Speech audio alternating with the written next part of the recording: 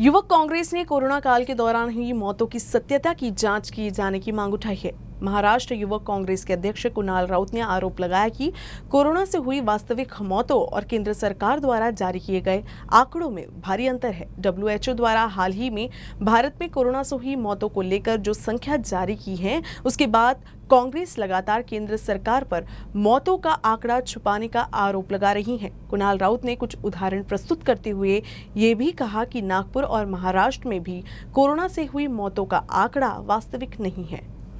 WHO ने corona के चलते भारत में 45 लाख के लगभग मौत होने का अनुमान व्यक्त किया है।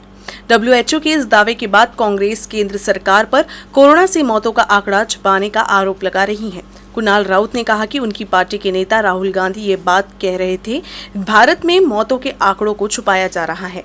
अब जब WHO ने मौतों को लेकर अनुमान व्यक्त किया है तो राहुल गांधी की बात सही साबित हुई है।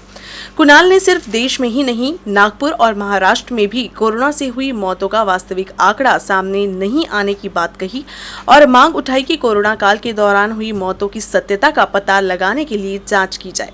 तर मला असं नाही वाटत की जास्त झाला असेल, लेकिन काही जागेत असं मला वाटतं आहे की काही जागेत आकडे चुकीचे दिले आहे। एक प्रूफ माझ्याकडे आला आहे, आमचाच सोबतचा आमचा सहकारी अजित सिंग, त्यांचे फादर त्या कोरोना काळात एक्सपायर झाले होते कोरोनाच्यामुळे। अजून तिथे त्यांनी त्यांची डेथ सर्टिफिकेट आहे, तिथे त्यांनी कार्डियक असं देऊन त्यांची डेथ सर्टिफिकेट बनवली आहे, असं आमच्याकडे प्रूफ पण आहे। तर असे किती लोक असणार, त्याच्यावरतीच आम्ही म्हणतो की हा फॅक्ट चेक झाला पाहिजे।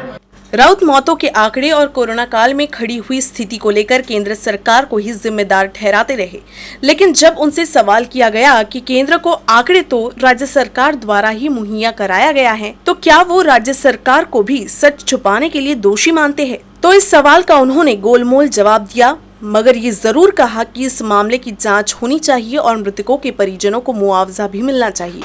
राउत ने यह भी कहा कि इसी मुद्दे को लेकर युवक कांग्रेस राज्य भर में आंदोलन कर जिलाधिकारियों को निवेदन भी सौंपेगी। युवक कांग्रेस द्वारा कोरोना काल में सेवा देते हुए फ्रंटलाइन वर्कर की मृत्यु के मामले में अभी भी केंद्र सरकार द्वारा ऐलान किए गए 50 लाख रुपए का मुआवजा नहीं मिलने का आरोप लगाया। नागपुर में ऐसे कई मामलों का जिक्र करते हुए उन्होंने मनपा प्रशासन द्वारा इस काम में लापरवाही बरते जाने का आरोप भी लगाया। काल ज्या प्रकारे WHO ने जे आकडे काढले की 47 लाख लोकांचे मृत्यू झाली कोरोनाच्यामुळे, अजून जे केंद्र सरकारने जे आकडे काढले होते 4,50,000 लोकांची मृत्यू झाली कोरोनामुळे, ते आकडे दोघं वेगळे आहे। आम्हाला आमची सर्वात प्रथम हे मागणी आहे की हे फॅक्ट चेक झाला पाहिजे, जे ओरिजिनल आकडे आहेत ते आले पाहिजे। जे लोक कोरोनामुळे ज्यांची मृत्यू झाली त्या लोकांना त्यांची मदत केली पाहिजे। जे फ्रंटलाइन वर्कर ज्या कोरोनामुळे त्यांची मृत्यू झाली त्या फ्रंटलाइन वर्करला इथे मदत केली पाहिजे।